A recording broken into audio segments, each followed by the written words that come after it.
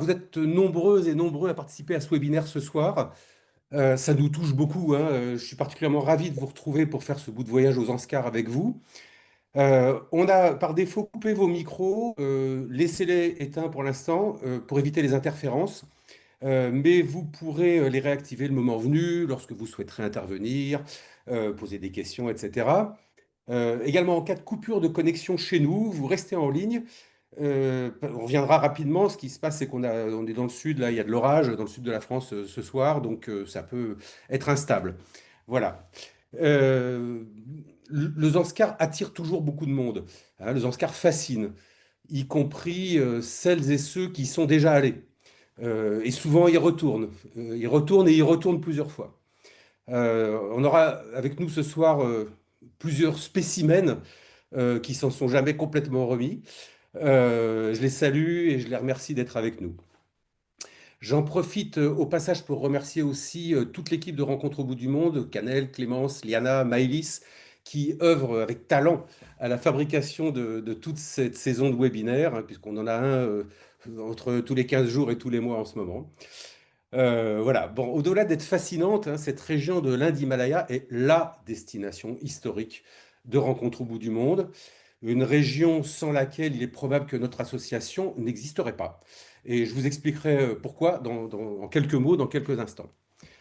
Avec un peu de chance, car il est actuellement minuit au Ladakh, et en plus c'est la météo que j'ai interrogée tout à l'heure d'Ivray, il fait entre -10 et -15 en ce moment, allez.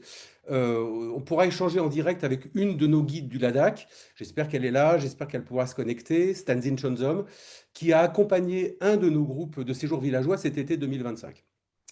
On verra si elle peut, je donnerai la parole tout à l'heure. Avant ça, nous aurons aussi, j'espère, la chance d'avoir quelques échanges avec Caroline Riegel, qui est une des meilleures connaisseuses spécialistes du Zanskar d'hier et d'aujourd'hui. Voilà.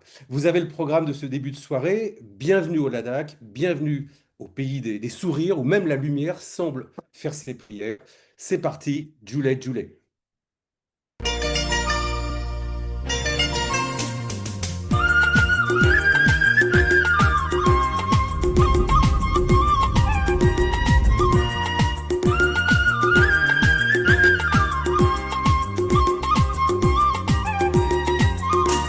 Spunction is killing a dulcana jidu. Spunction is killing a dulcana jidu. Dulzo lastana pomo jidu. Dulzo lastana pomo jidu. Spunction is killing a dulcana jidu. Spunction is killing a dulcana jidu. Dulzo lastana pomo jidu. Dulzo lastana pomo jidu.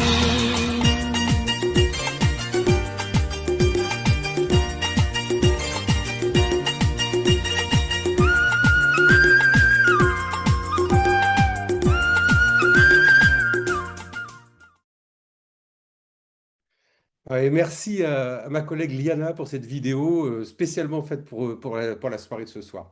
Zanskar est une destination toute particulière pour Rencontre au bout du monde, car c'est là-bas que tout a commencé. En 1978, j'ai eu la chance de rencontrer à Aix-en-Provence une personne qui allait devenir un de mes grands amis, Alain, c'était son prénom, qui préparait alors une incroyable expédition hivernale dans un pays lointain, dont j'avais alors jamais entendu parler, le Zanskar. Et cette expédition hivernale aux Zanskar, qui fera ensuite l'objet d'un documentaire diffusé à l'époque sur la troisième chaîne de la télévision française, hein, FR3, s'est finalement déroulée donc, pendant l'hiver 79-80. Elle a été la première réalisée en hiver par un occidental. En fait, pas tout à fait la première, mais plutôt la première ex aequo, puisqu'il y a eu d'autres expéditions à eu lieu exactement au même moment, et les deux d'ailleurs se sont croisés sur la rivière gelée, la rivière Zanskar, que les Zanskarpas, les habitants de cette région du Zanskar appellent la Tchadar, seule voie de passage vers le reste du monde pendant les 7 à 8 mois de cet hiver glacial. Et il aura fallu 17 ans pour que mes pieds foulent à leur tour, en 96, en été pour commencer, les sentiers caillouteux et poussiéreux qu'empruntent les bergères et les bergers pour atteindre, par des cols plus hauts que le Mont Blanc, cette terre d'altitude qui est longtemps restée inaccessible, nichée au cœur de l'Himalaya indien. Dès l'hiver 2000-2001, je me suis aventuré pour la première fois en hiver sur la glace de cette rivière qui, par des températures parmi les plus froides du globe, ouvre une furtive voie de passage vers le monde moderne. Zanskar, il a été popularisé par les écrits et les documentaires de l'ethnologue, explorateur, tibétologue, réalisateur Michel Pessel, puis par les superbes photos de Daniel et Olivier Folmy. Et c'est devenu, dans les années 90 à 2010, une destination de prédilection pour les trekkers occidentaux. C'est ainsi qu'en 99, en 1999, nos amis du village de Karcha, qui est situé à près de 4000 mètres d'altitude, au cœur de la haute vallée du Zanskar, préoccupés de voir leur terre traversée par des groupes de trekkers, souvent peu soucieux de l'impact de leur passage sur ce monde vivant très fragile, nous ont demandé si nous ne pourrions pas les aider à s'approprier une part de cette activité touristique grandissante, qui était détenue jusqu'alors par des agences de voyage indiennes qui elles-mêmes étaient dépendantes des grands opérateurs touristiques, notamment de trek occidentaux. Et de là, est née avec eux notre idée d'un tourisme alternatif au tourisme de masse, proposant des séjours construits avec et au plus près des populations locales. Une idée qui a donné naissance à Rencontre au bout du monde, avec un premier départ en groupe en août 2000 sur un trek aux Anscars que nous appelions alors la Voie d'école, puis la création dès 2003 de séjours villageois en totale immersion aux Anscars et sans randonnée. Et cette initiative a été depuis saluée par toutes et tous les spécialistes du Zanskar, donc le couple Folmy bien sûr, mais également, pour ceux qui les connaissent, la famille Ducoing, l'ethnologue et réalisatrice Marianne Shaw, l'écrivain Jean-Louis Taillefer, qui est l'auteur d'un excellent guide sur le Zanskar, et l'écrivaine et réalisatrice Caroline Riegel, qui nous fait, je l'espère, le plaisir, on va voir tout à l'heure, d'être avec nous ce soir. Je sais qu'elle est pressée, donc je vais aller vite si elle est là, parce qu'elle est sur le point de prendre un avion. Elle est au Gabon en ce moment. Voilà. Bon, pour terminer les présentations, moi je m'appelle Patrick Wasserman, je suis le fondateur et le directeur de Rencontre au bout du monde. Rencontre au bout du monde, c'est un voyagiste engagé au sein d'une démarche associative où le lien humain et la rencontre sont au cœur de toutes les initiatives. Et ce sont ces valeurs qui guident chacune de nos actions et donnent tout leur sens à nos projets. Alors, on conçoit avec les populations locales des voyages immersifs chez l'habitant à vivre en très petits groupes, privés, sur mesure ou en groupes organisés. Des voyages dans lesquels la rencontre et l'échange sont nos maîtres mots. Donc, quand vous voyagez avec nous, vous rejoignez une aventure collective qui est fondée sur la confiance, la sincérité, le partage. Et chaque voyageuse, chaque voyageur devient ainsi partie prenante de son agence de voyage avec la possibilité, selon ses envies, de s'impliquer davantage et de contribuer activement à notre mission commune. Et je vous le rappelle, donc Rencontre au bout du monde est détenteur du label Tourisme équitable, qui garantit aux voyageuses et aux voyageurs l'application des pratiques du commerce équitable dans l'organisation d'un voyage, c'est-à-dire des rémunérations justes et concertées, une transparence totale sur toute la chaîne de valeur, notre soutien financier à des projets locaux qui émanent des populations d'accueil et un engagement dans la durée avec ces interlocuteurs locaux. Voilà, c'est ainsi que les véritables bénéficiaires de nos voyages sont avant tout les personnes qui vous reçoivent lorsque vous voyagez. Bon, pour revenir aux Zanskars.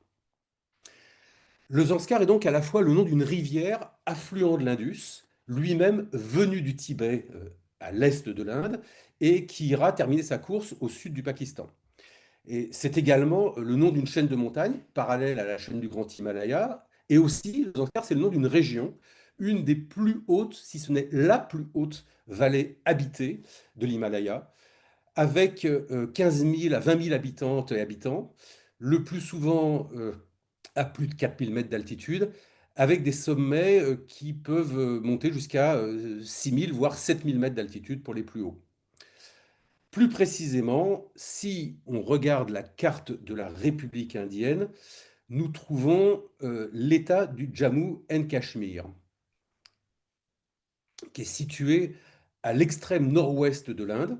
Lui-même, cet État du Jammu and Cachemire, composé de trois parties. Les deux premières qu'on voit à l'écran actuellement, le Jammu et le Cachemire, le long de la rivière avec le Pakistan, toutes deux à majorité musulmane. Et la troisième région, la troisième partie, la plus grande, mais aussi la moins peuplée de ces trois régions, le Ladakh, en continuité du plateau tibétain. Je pense qu'on va le voir apparaître dans pas longtemps, le voilà, à majorité bouddhiste, et dont la ville principale est la ville de Leh, qui est située à quelques kilomètres des rives de l'Indus, entre 3005 et 3700 mètres d'altitude. Et c'est au sud de cette région du Ladakh que l'on trouvera le Zanskar, un ancien royaume himalayen qui, jusqu'à ces dernières années, était quasiment isolé du reste de la planète pendant tout l'hiver, hein, 7 à 8 mois entre octobre et mai. Imaginez qu'il y a seulement 10 ans encore, on mettait jusqu'à 6 jours environ de marche pour rejoindre les villages les plus éloignés du Zanskar, et seulement en été. Et donc en hiver, les habitantes, les habitants, les hommes, les femmes, les enfants, les moines, les professeurs, les marchands, le facteur, n'avaient d'autre choix que de marcher pendant 4 à 5 jours sur la rivière gelée, pendant les mois les plus froids de janvier et février, pour sortir du Zanskar ou pour y entrer. Alors on imagine facilement que cet état d'isolement et ces conditions extrêmes, mais aussi la culture, les croyances du bouddhisme tibétain très profondément ancrées jusque dans la vie quotidienne des habitantes et des habitants, se ressent immanquablement dans leur relation à l'autre. Et ce sont justement ces relations humaines très exceptionnelles bah, qu'on propose de vous faire partager quand vous viendrez avec nous aux Anscars, tout simplement. Voilà, bon, le monde étant ce qu'il est, et même dans des contrées aussi inaccessibles, l'évolution des moyens de communication et télécommunications font que depuis les années 2010 environ, les choses changent aussi aux Anscars et changent même à toute allure. La construction de la route désenclavant le Zanskar toute l'année, qui a été attendue par toute une population, et dont la construction a débuté il y a, elle existait, elle était déjà en construction quand j'y suis allé la première fois, donc il y a près d'un demi-siècle que la construction a commencé, les premiers prémices de cette construction de cette route. Elle s'est achevée il y a à peine 2 ans. Et avec elle, et d'autres voies d'accès estivales, l'économie locale s'est trouvée bouleversée. Les habitantes et les habitants qui vivaient en quasi-autarcie depuis toujours bah, se sont mis pour certaines et certains à travailler sur le chantier de la route pour percevoir un petit revenu. On a réduit du coup le nombre de champs d'orge, le nombre de troupeaux, de yaks, de chevaux qui étaient utilisés beaucoup pour accompagner les trekkers. Et on assure désormais les transhumances pendant la nuit et pour retourner voilà, pendant la nuit, pour retourner ensuite au chantier sur la route durant la journée. Alors voilà ce qui se passe en ce moment, ce qui s'est passé de ces dernières années, ce qui se passe en ce moment dans cette région. Alors bien sûr, cette route n'apportera pas que du mauvais, et la population du Zanskar mérite bien, elle aussi, d'avoir un accès au monde, hein, tout autant que les autres. Et on peut citer par exemple le fait que ces travaux qui apportent un revenu donc inédit hein, finalement aux femmes, et donc une nouvelle forme de liberté, d'émancipation, est un accès au monde, hein, tout simplement, puis également les accès aux centres de santé de la ville principale du Ladakh, hein, de Leh. Donc c'est vrai que les Anscarpas étaient demandeurs depuis très très longtemps. Ce qu'il faut voir, c'est que parallèlement, le tourisme de masse des classes moyennes indiennes, qui avait littéralement envahi le nord du Ladakh, Leh notamment, commence de ce fait à se propager par la route sur le Zanskar. Un autre type de tourisme, hein, c'est plus des trekkers, hein, c'est des gens qui viennent en voiture, en moto, etc.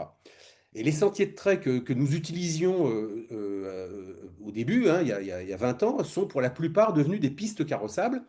Les maisons des familles que nous avions initiées à un accueil authentique chez l'habitant au début des années 2000 se sont transformées en guest house, entre guillemets, hein, certes plus confortables que ce qu'elles étaient, mais où l'expérience vécue, même si elle reste très très loin de ce que nous connaissons nous, s'est irrémédiablement transformée. Alors, je ne vais pas plus m'étendre sur le sujet, on va aborder ces questions un peu plus tard, dans pas longtemps, avec les personnes plus qualifiées que moi, mais on peut tirer de cet état de fait que je viens de vous décrire au moins deux conclusions. La première, c'est que même si on ne peut plus compter sur le niveau de partage et d'échange que l'on connaissait il y a 10 ans encore, de par sa géographie, sa culture et sa population, le Zanskar reste une destination encore exceptionnelle, hein, une des plus extraordinaires qui soit. Et la seconde conclusion, bah, c'est tout simplement que c'est maintenant qu'il faut aller aux Zanskar, et donc on vous y attend. Voilà, si vous souhaitez y aller avec nous, bah, si vous avez envie de vivre ces moments intenses, inoubliables, que vous allez voir, vont vous faire partager nos témoins tout à l'heure, nous vous proposons, nous, actuellement, 3 séjours différents, de 3 semaines environ chacun, avec ou sans randonnée, 2 en été et 1 en hiver. À la fin des années 2010, nous proposions encore 5 ou 6 treks différents aux Anscars. Et comme je vous l'ai dit, en raison du désenclavement des villages par la construction de ces pistes et de ces routes, nous n'en proposons finalement plus qu'un seul, un trek original et quasi exclusif, car le Zanskar ne nous appartient évidemment pas, avec 8 jours de marche d'un niveau soutenu, mais accessible à toute personne en bonne forme physique, avec quand même un passage de col à 5 200 mètres, plusieurs nuits en bivouac, et chez l'habitant, dans 2 tout petits hameaux minuscules, très isolés, de quelques maisons chacun, où vivent en tout une petite dizaine de familles. Voilà quelques images du village de Ralakung. Et il n'est pas du tout certain que d'ici 2 ou 3 ans, ces villages ne soient pas à leur tour rattachés à la vallée par une piste, hein. Il y a vraiment un projet de piste qui est peut-être même déjà en construction. Il faut donc vraiment en profiter. Notre seconde proposition de séjour aux Zanskar, bah, ce sont les séjours villageois 100% en immersion chez l'habitant dans la haute vallée du Zanskar. C'est donc une idée, hein, qui est née lorsque nous nous sommes dit que des personnes qui ne voulaient pas randonner avaient finalement peu de possibilités de se rendre aux Zanskar, et puisque la quasi-totalité des agences ne proposaient que des treks. Alors, même si, comme je le disais tout à l'heure, l'accueil chez l'habitant, c'est en quelque sorte institutionnalisé, il s'agit là d'une très belle expérience au cœur de paysages d'une exceptionnelle beauté, c'est rien de le dire, une beauté minérale, des paysages vertigineux où les monastères bouddhistes sont comme accrochés au flanc des montagnes, avec toujours un ciel d'un bleu, d'une pureté presque irréelle. C'est un voyage de rencontre et de partage avec une population d'une gentillesse inouïe, un temps suspendu qui est fait de calme, de surprises et d'imprévus, d'émerveillement, une plongée très intime, hein, dans l'âme du bouddhisme tibétain, mais vivant et vibrant à travers tout un peuple. Allez, pour terminer, je vais vous parler de notre troisième séjour, notre séjour hivernal. Euh, Après l'avoir fait pendant 20 ans, nous ne proposons plus de nous rendre aux Anscars en hiver par la rivière gelée, non seulement en raison d'une fréquentation par le tourisme d'aventure, notamment indien, qui est devenu quand même problématique, mais également aussi parce que tout simplement les ressources de survie que nous pouvions trouver au long de cette gorge, dont principalement le bois, ont été épuisées.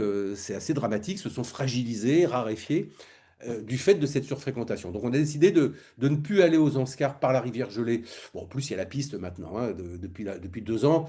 Cette route donc, qui est dit, qu'on appelle la route de la rivière gelée, hein, la Chadar Road, qui a fini par opérer sa jonction donc, avec la vallée de l'Indus, enfin entre la vallée de l'Indus et la haute vallée du Zanskar. Cette route a ôté, à notre avis, définitivement tout intérêt à ce trek qui était pourtant vraiment parmi les plus impressionnants.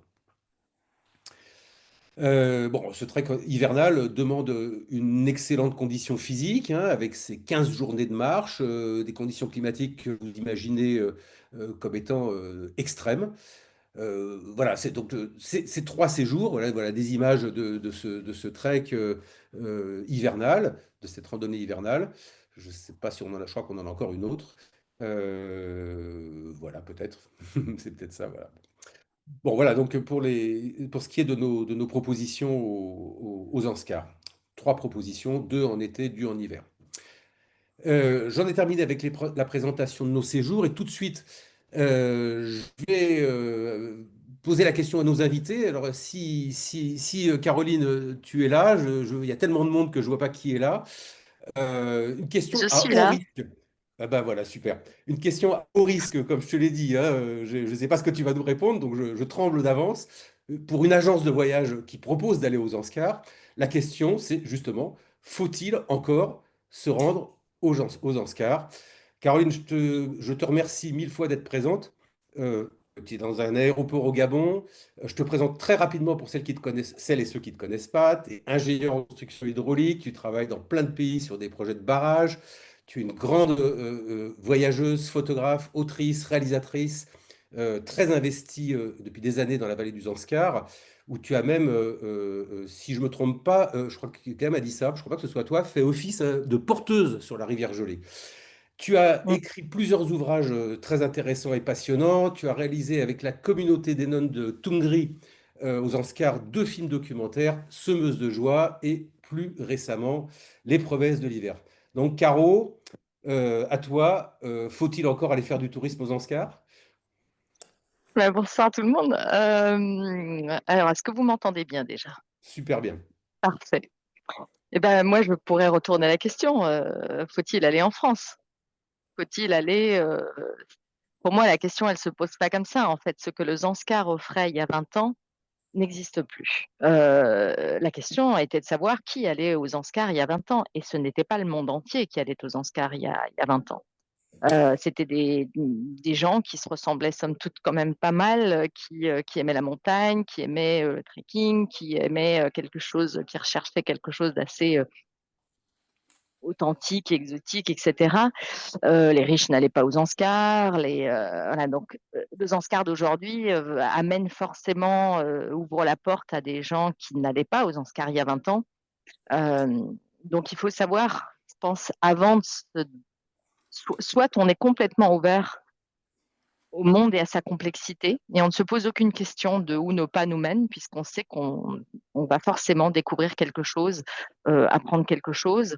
Soit on recherche quelque chose de particulier, et là, il faut bien se poser la question de ce qu'on cherche, en fait. Euh, Parce qu'effectivement, on ne trouvera pas tout n'importe où, et on ne retrouvera pas voilà, tout ce que le Zanskar d'antan offrait dans le Zanskar d'aujourd'hui. Je dis ça parce que j'ai entendu des gens qui étaient éventuellement il y a 20 ans, il y a 30 ans et qui y retournent et qui sont déçus et qui me disent j'aimerais pas y retourner. Mais c'est pas la question. Euh, pour moi, voilà, pour moi qui suis effectivement une voyageuse, qui aime l'immersion, qui aime m'immerger au plus près de gens qui vivent et qui pensent autrement, c'est sûr que je ne raisonne pas tout à fait comme ça. Euh, Moi, j'ai peut-être pas un jugement complètement objectif sur le Zanskar parce que j'y suis tellement impliquée que c'est une deuxième maison, j'y vis. Et y vivre, ça veut dire qu'on n'est plus dans l'idéalisation, ça veut dire qu'on aime et qu'on subit voilà, à la fois. Et je vois des choses changer et je vois pas tout changer en bien, mais rien ne peut jamais changer qu'en bien. Je veux dire, c'est impossible. Sauf que moi, j'ai aussi un peu de recul sur ce qu'était le Zanskar d'antan et je sais beaucoup mieux aujourd'hui tout ce qu'il n'y avait pas de bien dans le Zanskar d'antan aussi. Et qu'on a beaucoup idéalisé parce qu'effectivement, on était dans un monde où il y avait quand même très peu de violence. Et c'est quelque chose je me suis posé beaucoup de questions sur ce qui pouvait toucher du Zanskar ou des Zanskar pas, dans leur rapport à la nature, dans leur capacité à ne pas nous juger, nous qui sommes aujourd'hui dans un monde qui est d'une telle exigence et où effectivement on juge l'autre avant même de finalement réussir à se connecter. Et c'est vrai qu'il y a quelque chose dans Oscar qui, moi, m'a frappé. Moi qui ai vécu, par exemple, au Soudan du Sud, un pays qui sort de notre entendement totalement, un pays qui n'est pas mis en avant où que ce soit et qui sortait de 40 années de guerre. Et je me suis rendu compte que des gens déprimés de chez nous qui arrivent aux Anscars, c'est un monde, un univers et des gens qui vous remettent le sourire. Hein, puis donc les gens repartent à Zanskar extraordinaire. Sauf que quand on va au Soudan du Sud, par exemple, bah, c'est l'inverse.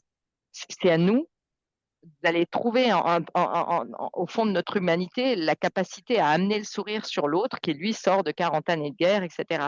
Et ça m'a marqué parce que je me suis rendu compte voilà, que c'était pas si facile d'avoir du recul sur les mondes qu'on découvre, qu'on idéalise, qu'on admire. Voilà. Et donc, est-ce qu'il faut aller aux Oscars aujourd'hui? Oui, comme il faut aller autant que possible n'importe où dans le monde pour mieux comprendre à la fois la complexité du monde, à la fois la diversité du monde, parce que c'est là-dedans que se trouve notre capacité à vivre ensemble, c'est là-dedans que se trouve notre identité, et c'est essentiel à mes yeux, et c'est d'autant plus essentiel dans un monde aujourd'hui qui tente à tout rétrécir, à tout résumer en quelques secondes, voilà, à vouloir tout unifier contre, contre notre identité même qui est justement une forme d'unicité dans un tout dont on ne peut pas se séparer. Donc, euh, je ne peux que conseiller aux gens d'aller, s'ils le peuvent, et tant qu'ils le peuvent, justement, dans un pays qui, somme toute, est quand même encore relativement facile. Voilà, il y a des pays où on ne peut plus aller. Moi, j'ai traversé l'Afrique, une partie de l'Afrique, du Gabon jusqu'en France quand j'étais rentrée du Gabon il y a 22 ans. Je ne pourrais plus le faire Ah aujourd'hui. oui. Et ça aussi, c'est quelque chose qui résonne assez particulièrement enfin, en soi quand on sait qu'on a été quelque part, qu'on a vécu quelque part et qu'on sait qu'aujourd'hui on ne peut plus y aller.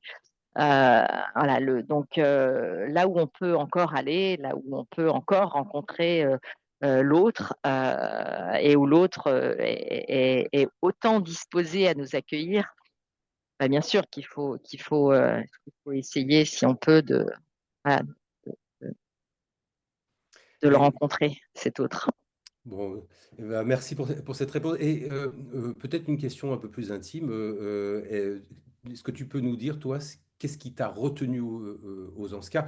Au-delà on est d'accord, hein, de la découverte du monde de l'autre et de la pluralité du monde. Qu'est-ce qui t'a retenu particulièrement dans cette région? Tu as dit hein, tout à l'heure un monde d'une exceptionnelle non-violence. Euh, c'est des choses qu'on ressent quand on est aux Oscars encore maintenant, hein. Enfin, peut-être que Oui, bien sûr, c'est voilà, quand même, c'est pas c'est le même tellement ancré. niveau que. Mais au-delà de ça, des projets aussi hein, que tu as menés avec les nonnes. Ça, c'est venu après. C'est pas Oui, ça qui m'a retenu justement. au départ, en fait. Oui. Donc, c'est, C'était quoi au départ? si je dois résumer ça après 20 ans, je dirais la joie, le fait de rire, c'est cette maîtrise du langage de la joie qui fait qu'en fait, notre bonheur s'exprime autant, aussi intensément. Et en fait, on recherche tout ça. Donc, quand le langage du bonheur est aussi facile, bah, tout Mhm, d'un coup, le mhm. bonheur semble beaucoup plus facile aussi. La deuxième chose, c'est voilà, c'est l'isolement, la montagne, la rudesse, la petitesse de l'être voilà, j'aime la montagne. Il y a quelque chose du coup de tellement puissant dans ces montagnes. La troisième chose, c'est que ce qui m'a énormément marqué aux Oscars, et je me souviens très fortement la manière dont ça m'a marqué quand je suis ressortie de là-bas, mon premier hiver, c'est que pour la première fois et quasiment la seule fois dans ma vie, j'ai pu avoir une conscience extrêmement aiguisée de tout ce que j'ai utilisé, mangé, touché pendant tout un hiver. Je savais qu'est-ce qu'il y avait derrière, quelle histoire de vie, qui, quoi, quels efforts. Voilà, j'ai tellement peu consommé au sens vraiment, voilà, consommer, on consomme et on sait même plus ce qu'on consomme et on sait même plus d'où ça vient et on sait même plus qui l'a fabriqué, on sait même plus qu'est-ce que ça représente derrière, quel impact, etc. Et donc, ça m'a donné une conscience extrêmement aiguë à ce moment-là qui est resté, enfin, qui m'a marqué et dont on ne peut pas se relever comme ça, quoi. Mhm. Oui, Cette en plus, conscience de mais l'impact et de. hmm. C'est vrai que ce que tu disais par rapport à l'alimentation, de savoir comment quelque chose est arrivé dans notre assiette, ou enfin, quand il y a une assiette, d'ailleurs, c'est quelque chose qu'on touche du doigt dans beaucoup de séjours villageois, en fait. Il y a pas que aux Oui, Anscars, d'ailleurs. Moi, je le ressens souvent, oui, je suis au bien plus qu'en Rajasthan, par trek, exemple. justement. Alors, Mm. oui, effectivement, l'immersion villageoise, c'est une expérience très différente du trek, même si Ouais. dans nos treks, on est aussi chez l'habitant, mais c'est pas pareil, c'est plus furtif. C'est sûr, là, quand on reste 2, 3 nuits déjà dans une famille, on ressent un peu plus les choses. Hmm. Bon, En fait, moi, Caroline, oui, pardon. vas-y. Non, mais je trouve que c'est intéressant parce que le trekking, en fait, je me suis rendu compte que le trekking, c'était une bulle qui se formait avec les locaux, avec le groupe des locaux, mais c'est vraiment une bulle qui se forme et en fait, on est dans cette bulle, voilà. Et j'ai été étonnée, moi, de voir quand justement vous m'aviez sollicité, enfin que j'avais un petit peu travaillé avec vous, de voir que, et c'est après que j'ai compris que l'immersion est quelque chose de beaucoup moins évident pour la plupart des gens, en fait. Tout le monde rêve de l'immersion, Mhm, parce mhm, dans le trekking, malgré tout, on va avoir des contacts avec certains locaux, mais finalement, on effleure l'immersion. On est dans une bulle, on n'est pas dans l'immersion. Et l'immersion, elle est quelque chose de beaucoup plus difficile parce que justement, l'immersion, il faut être capable de, mais ça permet d'aller beaucoup plus loin. Et moi, c'est ce que j'ai vécu, c'est l'immersion. Et c'est ça qui a changé ma vie, celle des nonnes et qui donne lieu à toute notre histoire derrière. Mais l'immersion demande à ce qu'on lâche à un moment donné, justement, voilà, vraiment une zone de confort, une emprise, voilà, une sorte de contrôle des choses, parce que tout d'un coup, ben voilà, on est avec des gens dont on ne parle pas la même langue, dont on n'a pas la même histoire, et il faut du temps pour qu'il y ait un équilibre qui se fasse, et c'est pas forcément instantané. Et C'est l'immersion, ça, parce qu'elle vous bouscule, parce qu'elle n'est pas si facile, est justement quelque chose d'exceptionnel, oui, en tout, réalité. tout à fait d'accord. Et si on pouvait rester encore plus longtemps, ce serait formidable. Caroline, je sais pas, là, je sais que tu es quand même pressée, tu as ton avion qu'il ne faudra pas qu'il parte sans toi. En tout cas, Ça va pour je l'instant. te remercie beaucoup. Je sais que c'était pas évident du tout. Et on est super content de te voir. J'espère on se rencontrera bientôt. Et je vais me tourner. On voit les images de enfin, les affiches des deux films que tu as réalisés sur les Oscars. Je vais me tourner. Alors, est-ce qu'elle est là? Stanzin Chonzom. Il est très tard au Ladakh. Je ne sais pas si tu es endormi ou si tu es là. Je ne te vois pas. Il faut que, si tu es là, tu actives ton micro. Elle est peut-être pas là, tout simplement. Stanzin? Stanzin Lei? Moi, je la vois pas. J'ai trop de monde sur l'écran, donc je ne sais pas. Bon, bah, peut-être elle a pas réussi à se connecter. Elle avait des problèmes de réseau parce qu'elle est même pas allée. Elle est dans un village, d'après ce que j'ai cru comprendre. Si, si, elle Euh, arrive. Elle est là. Tu la vois? Ouais, elle vient d'entrer. Elle vient d'entrer. Stanzin Lei, est-ce que tu m'entends? Est-ce que tu es là? Stanzin Chonzom? Ah, Julie Patrick. Ah, voilà, Julie. Donc, Stanzin a accompagné avec, pour nous un groupe de séjours villageois aux Anscars cet été. Je te remercie beaucoup, beaucoup d'être présente parce qu'il est très tard chez toi. Ah Merci oui, beaucoup. Julie à tous, Julie à toutes et à tous. Donc ici, j'ai eu un peu de problème de réseau, donc je sais pas pourquoi, mais chaque fois que je fais un vidéo, donc ça marche pas très bien. Alors bonsoir à tous. Ici, c'est minuit 30, donc voilà. Mais quand même, j'ai essayé de connecter, mais je sais pas si c'est très clair ou pas. C'est très très clair, on te voit super bien. Moi, j'ai l'impression que tu es dans la pièce d'à côté. En tout cas, Ah, je te remercie beaucoup. Peut-être je l'ai pas très tu clair. peux te présenter rapidement et nous dire, bah déjà, toi, c'était la première fois que tu accompagnais un voyage de rencontre au bout du monde. Voilà, Ouais. d'abord, qui tu es et qu'est-ce que tu as pensé de ce voyage. Voilà, ça, je pense que les gens sont intéressés aussi pour savoir qui tu es, comment tu en es arrivé à parler aussi bien le français en étant né dans un village du Oh. Ladakh. Alors, bonjour à tous. Donc, je m'appelle Stanzin Chonzom. Je suis une fille de Ladakh. Donc, je viens d'une petite village qui s'appelle Skindian. C'est à peu près 120 kilomètres à l'ouest de Leh. Et je me suis, alors, j'ai fait mes Ah, ça a coupé. J'espère qu'elle va revenir. française. Donc là-bas, j'ai appris la langue. Et voilà, donc ça fait 6 ans que je travaille comme un guide francophone. Alors, donc, c'est la première fois que je travaille avec rencontre au bout du monde cette année. C'était magnifique. C'est une un groupe spécial pour moi parce que j'ai jamais passé assez longtemps aux Inscars. Et voilà.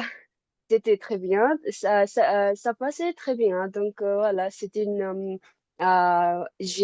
donc chaque fois j'ai appris beaucoup de choses parce que j'aime bien mon travail, hein, parce que là-bas j'ai la chance échanger toutes les cultures j'ai eu des chances de parler de différentes cultures, différentes choses, beaucoup de choses. Donc voilà. À chaque fois, j'ai appris beaucoup de choses. C'est pour ça j'aime bien travailler comme un guide. C'est pas juste un travail, euh, mm, j'étude aussi, hein. Donc, à chaque fois, je voyageais différentes régions de Ladakh, même si je suis Ladakhi, mais quand même, dans chaque région, il y a différentes choses à apprendre. Donc, quand je travaille comme un guide, donc, il y a beaucoup de choses à apprendre, même si la langue, parce que ici, on parle un peu différent, hein. La langue Mhm. de Zanskari et la langue de Ladar. Ladar, ça veut dire la lait. Alors, donc, c'est un peu différent. Et voilà, j'aime bien. Alors, maintenant, je suis fière de dire que je suis Ladaki parce qu'ici, donc, pendant 7 6 ans, après pendant le travail, alors, j'ai appris beaucoup de choses de Ladakh, le culture, la gens et les différentes régions. Donc, voilà, j'aime bien ça, travailler comme un guide. Et Mhm. voilà, je sais pas pour qu'est-ce que je vais ajouter, mais voilà, Bah, c'est tout. moi, j'avais une question à te poser justement. Toi qui es né au Ouais, Ladakh, alors dans un village, mais tu as quand même pas mal bougé, tu étais sur l'Est, et puis d'autres endroits, ouais, l'Alliance française. ouais. Euh, Mhm, donc, mais pas précisément aux Zanskar. Quel est ton regard sur la population du Zanskar, sur les Zanskarpas et les différences évidemment que tu ressens, que tu as ressenties avec les gens de Lé, par exemple. Est-ce que, comment dire, ce côté isolé hein, qu'ils ont subi jusqu'à il n'y a pas longtemps finalement, ouais, qu'est-ce que ça crée comme différence, en mieux ou en moins bien d'ailleurs, hein, mhm, on n'est pas angélique toujours non plus, hein, d'ailleurs. mhm. Alors, moi, je pense que, alors, normalement, si on dit la différence, donc, je vois pas grosse différence entre la DARSPA et les Inscarpa parce que, parce qu'on a la même culture. Mais quand même, la gens de la lait et ils ont un peu, euh, les gens de Zanskar, c'est un peu isolé et un peu timide que les gens de Lé. Parce qu'ici, à Lé, c'est un peu... alors, comment on dit ça? Alors, ça fait longtemps il y a des touristes, donc ils ont habitué parler et alors à parler avec des touristes.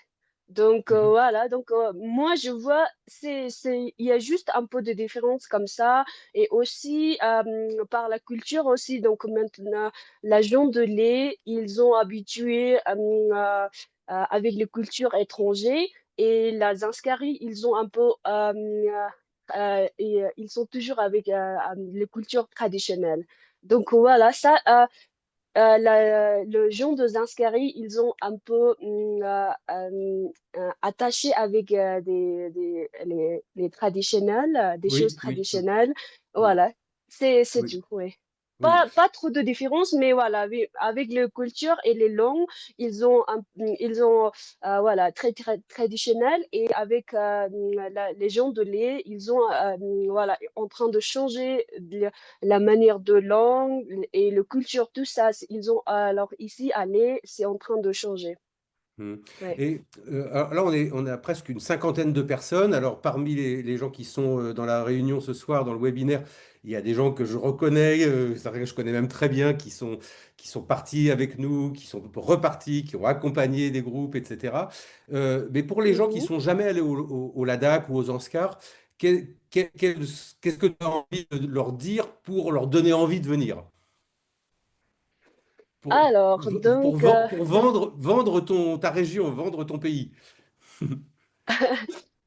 moi, je veux dire, c'est pas surtout pour Zanskar, mais c'est pour tous les Ladakh, parce que moi, j'ai pas une région où les vallées comment on dit ça, la préférée, parce que chaque région et chaque vallée, j'aime bien ça parce que chaque vallée et voilà, la région, il a différentes choses à dire. Chaque fois, il y a beaucoup de choses à voir. Donc, par exemple, à Zanskar, donc, il y aura beaucoup de nanneries. Et voilà, ça, Oui. c'est une richesse de culture là-bas. Et voilà, donc, ils ont, alors, moi, je trouve que dans la vallée de Zanskar, les gens, ils ont pas très ouverts avec les tourismes. Donc, ils ont un peu timide, mais quand même, ils ont très, comment on dit ça alors, et, j'ai pas trouvé le mot. Alors, ils ont très intéressé de parler avec des étrangers aussi, parce que il a jamais vu alors les différentes cultures aussi. Donc si par exemple, s'il y aura la culture de Zanskar, donc il dit alors on fait ça, mais chez toi, qu'est-ce qu'il fait? Donc il pose des questions comme ça aussi. Alors donc voilà. Oui, Il y a il y a beaucoup la de différents. curiosité Oui, partagée, oui. voilà, c'est ça. Mm. Oui, oui, oui, c'est ça. Mais voilà. Oui, Et voilà. Et pour la on beauté s'apprend et les beaucoup. montagnes, Pardon. Oui, oui, je disais, on s'apprend beaucoup mutuellement aussi, hein, de toute manière. Hein. C'est pas à oui, sens oui, unique, oui, hein, c'est ça. c'est sûr, hein, Ouais, dans ces ouais, rencontres. Mm. ouais, ouais, ouais. Et pour la beauté, je veux dire, alors, donc, après quelques kilomètres, ça change, hein, chaque montagne. Mais c'est vrai qu'on n'a pas des arbres dans la montagne, mais quand même, il y a plein de choses d'abord, la couleur de montagne. Donc, après chaque dizaine de kilomètres, ça change, hein. Donc, voilà. J'aime bien ça. Donc, voilà. J'ai pas beaucoup de choses à dire. Alors, ici à Ladakh, comment on dit ça alors, dans chaque région, donc ça change la culture, la langue, la Oui. tradition, et tout ça, ça change ici au Ladakh. Donc voilà, c'est ça. Tu es dans une région incroyablement riche, et pas Ouais, seulement au niveau des paysages et de la culture ouais, ouais, et c'est des ça. monastères, Mhm. mais au niveau humain, Ouais, tout simplement. ouais, ouais, Et c'est vrai que et comme disait Caroline aussi, hein, le rapport à la nature que vous avez tous encore, même encore au Ladakh, peut-être un peu moins, enfin beaucoup moins sans doute à l'est, mais dès qu'on va dans les villages, hein, on a encore ça, et pas seulement chez les personnes ouais, âgées, hein, chez des gens de ouais, ouais. génération plus jeunes aussi, hein, de toute manière. Bah, merci beaucoup. Je voudrais aussi, je voudrais donner la parole à des témoins. Alors, je voulais commencer par Jean-Claude. Je ne sais pas si tu es là, Jean-Claude. Jean-Claude Higon. Euh, je ne sais pas s'il est là, si s'est endormi. Bon, alors, ou si, parce qu'il est Je suis peut-être un peu là, je tard. suis là, je suis là. Ah, Jean-Claude. Jean-Claude, on te Ouais, voit pas, on t'entend, on mon t'entend. micro était coupé. On t'entend, super. D'abord, je te salue parce que j'ai pas souvent l'occasion de te parler, alors qu'on a passé des moments extraordinaires ensemble, avec toi, Exactement. avec Maïté qui est là aussi, avec Béatrice qui doit être aussi peut-être par là, notamment sur le premier groupe de la Rivière Gelée, hein, en Ouais. 2003, je crois. Voilà, je voulais te poser une Moi, c'était question. 2004, ouais. Voilà, 2004, bon, voilà, je me rappelle Ouais, même plus, pour moi. l'hiver Ouais. 2003-2004. Est-ce que tu peux nous résumer ton histoire d'amour avec le Zanskar? Parce que c'est Ouh quelque là chose. là, ben, mon histoire, oui, je vais faire court parce que enfin, je vais rétrécir. Résumé, oui, oui. Bon, un résumé, voilà. Moi, à mon adolescence, c'était en fait, ce qui me parlait, c'était le bouddhisme, le Tibet, les monastères et les robes rouges. Donc, j'avais un problème de, bon, j'ai avancé dans la vie, j'ai fait l'armée, je me suis marié, j'ai fait un enfant, mais le Tibet était toujours en tête, les monastères et le bouddhisme surtout. Ensuite, donc, un jour sur Internet, parce qu'à l'époque de mon adolescence, il n'y a pas d'Internet, il y avait très peu de documents sur le Tibet ou sur les moines ou sur le bouddhisme. Et un jour sur Internet, il y a quelques années, je découvre, on rencontre au bout du monde, Ladakh. Je ne savais pas ce que voulait dire ce mot, Ladakh, et entre parenthèses, Petit Tibet. Alors là, ça me parlait un peu plus. Il y a quelques Ça me années, parlait un peu il plus. y a plus de 20 ans, hein, quand même, je précise. Hein. Oui, il y a 20, donc c'était en 2003, donc ça fait 22 ans, 23 ans bientôt 23 ans. Donc Petit Tibet, donc j'ai appelé Rencontre au bout du monde et je suis tombé sur un certain Patrick Wasserman au téléphone, donc toi, qui m'a parlé un peu du Zanskar, donc du Ladakh. Et qui, à la fin de notre conversation, tu m'as dit, j'ai un départ en janvier 2004 pour faire la rivière gelée. Alors moi, je ne connaissais pas l'Himalaya, j'avais jamais voyagé dans des températures aussi basses, sur un fleuve gelé où il n'y a pas d'hôtel, il n'y a pas de tente, il n'y a pas on dormait au bord de la rivière, donc hein, tu connais, parce que tu étais notre guide. Et donc, ça s'est très bien passé. Et à la fin du voyage, ça s'est très... Et donc, alors, tout d'abord, il m'explique on prend 6 personnes, donc avec Patrick, le guide, ça faisait 7. Et on avait 3 porteurs tibéto-ladakhi par personne. Bon, d'accord, ça m'est resté en tête, je raccroche et je prends 2, 3 jours pour réfléchir. Trois porteurs par personne, si on est 7, ça fait 21 porteurs ladakho-tibétains. Et je me suis dit, si je veux rencontrer quelqu'un, un Tibétain ou pour le bouddhisme ou pour tout ça, il faut que j'y aille. Donc je te rappelle le 4e jour, je te dis c'est OK, je viens, je m'inscris. Donc on fait le trek jusqu'à Pukta, là, très long d'ailleurs, hein. Les Pukta aller-retour. Et à la fin du trek, les 21 porteurs, donc je m'étais bien. J'ai plus fait le trek avec eux qu'avec le reste du groupe. Mhm. Je m'en excuse auprès des autres. Et les porteurs m'ont dit, mais il faut que tu viennes nous voir en été pour voir comment on vit. Et 2005, je suis parti l'été, 2006, 2007, 2008. Maintenant, j'y vais 2 fois par an. Maintenant, je vis en Inde. Et grâce à vraiment la rencontre au bout du monde, j'ai trouvé ce que je cherchais en fait. J'ai trouvé ce que je cherchais. Et j'ai arrêté de travailler grâce à Rencontre au bout du monde avant l'heure.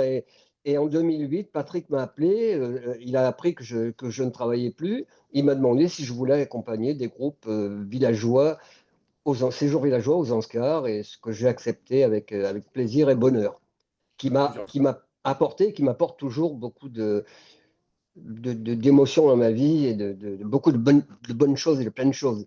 Et Mhm. tu vois, pour en revenir à ce que disait un peu Caroline, c'est vrai que le Ladakh a évolué, donc l'E a beaucoup évolué, hein, s'est modernisé, et c'est très bien pour eux.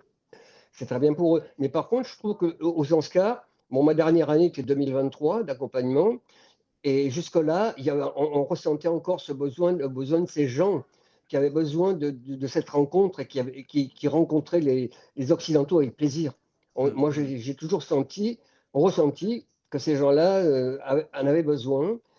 Et c'est vrai que, comme disait Caroline, ce sont des gens très timides, ou je ne sais pas si c'est Caroline ou Shanzon qui a dit ça, les Anscarpas sont très timides, et en fait, il faut aller au-devant d'eux pour aller au-devant, en fait. Parce qu'ils nous prennent pour une population, les Occidentaux, voilà, ils nous mettent au-dessus de tout. Mais ce sont des gens qui m'ont apporté après, qui m'ont apporté beaucoup de choses et très riches pour moi.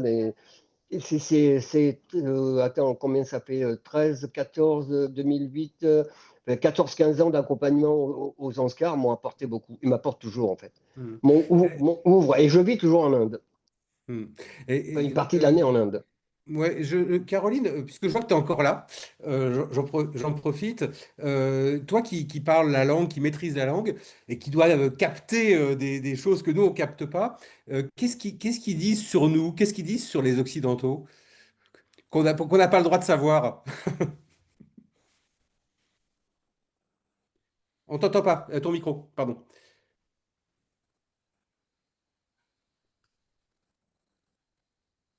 On t'entend pas, Caroline. Ton micro est coupé, je pense. Je ne sais pas pourquoi. Pourtant, je ne le vois pas couper, ton micro. Non, je ne le vois pas couper, donc il y a quelque chose qui ne va pas. Là, il est coupé, et là, il est allumé, mais il ne fonctionne pas. Bon, bah, alors je suis désolé. Peut-être en attendant que ça refonctionne. euh, T'entends là? vas-y. Ah, voilà. Oui, oui, oui, on t'entend, ça y est. Bon, alors Vas-y. je vais devoir parler comme ça tout près du téléphone. Oui. Je vais vous raconter une anecdote. C'était quand j'enseignais à l'école gouvernementale de Tongri. Et donc j'avais une classe que j'aimais beaucoup avec une dizaine de filles là, qui étaient toutes dégourdies. Voilà, c'était la classe 5. Donc classe 5, c'est quoi? C'est M1, quelque chose comme ça. Euh, on discutait. Puis à un moment donné, je leur dis, on parle justement des touristes. Je ne sais plus trop comment on était venu à parler de ça. Et Puis je leur dis non, mais enfin, quand vous demandez one rupee, c'est pas bien, comme ce qu'on a toujours envie de dire. Puis en fait, elle se marre et elle m'imite la colère des Occidentaux. Et en fait, ce qui les amusait, c'était pas d'avoir une roupie, c'était de voir ces Blancs qui débarquent d'une autre planète se mettre en colère et faire la morale parce que ça les faisait mourir de rire. Et en fait, derrière, elle nous imitait nous mettre en colère, quoi. Et là, j'ai compris que bon, on Et était oui, quand même bien un petit peu et naïfs. oui, mais c'est le changement de point de vue, hein. On est de l'autre côté, quoi, complètement. Et on n'imagine pas nécessairement les choses. Alors, il y a Maïté aussi. Bonsoir Maïté. On se connaît depuis aussi longtemps que je connais Jean-Claude. Donc, ça fait des années. Maïté, elle a aussi accompagné, tu as aussi accompagné des groupes de séjours villageois. Euh, alors, tu nous diras ce que tu veux sur toi, bien sûr, mais je voulais aussi te demander peut-être si tu as des moments forts de ton expérience aux Anscars qui te viennent comme ça, spontanément, ce serait quoi? Ah Qu'est-ce que tu ben, aurais? d'abord, le premier voyage que j'ai fait aux Anscars, qui n'était pas avec Rencontre au bout du monde, Oui. puisque c'était il y a 45 ans, où avec une amie qui avait organisé elle-même la grande traversée depuis Manali tout la Mayuru. Personne ne le faisait.